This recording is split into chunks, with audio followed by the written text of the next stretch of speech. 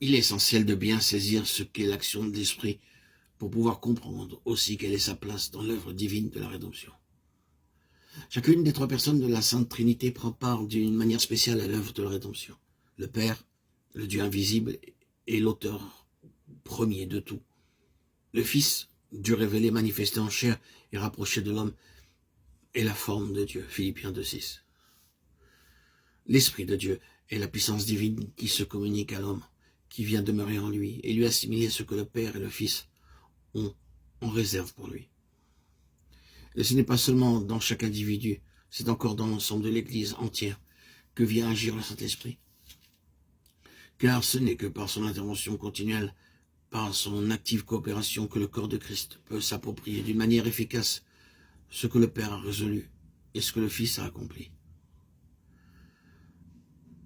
Ceci est particulièrement vrai de la prière d'intercession, la venue du règne de Dieu, l'augmentation de grâce, de connaissance et de sainteté offerte aux croyants, leur consécration plus complète au service de Dieu, la force nécessaire pour ce service, et l'action puissante de Dieu sur les inconvertis par le moyen de sa grâce. Tout cela est prêt à nous être donné de Dieu par Christ, mais ne peut nous être donné que si nous le désirons, l'attendons et le recevons par la foi.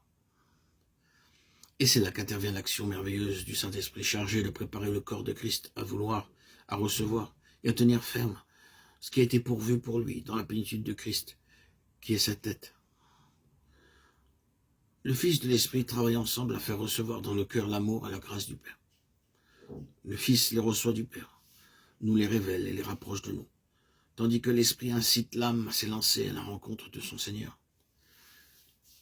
L'intercession continuelle de l'Esprit en nous pour demander et pour recevoir du Fils ce que le Père lui donne nous est donc tout aussi indispensable que l'intercession continuelle de Christ dans les cieux, demandant tout au Père et recevant tout de lui.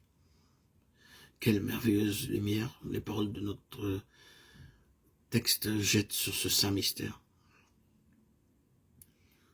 Dans la vie de foi et de prière, l'action de l'Esprit vient éclairer la parole de Dieu et nous la faire comprendre.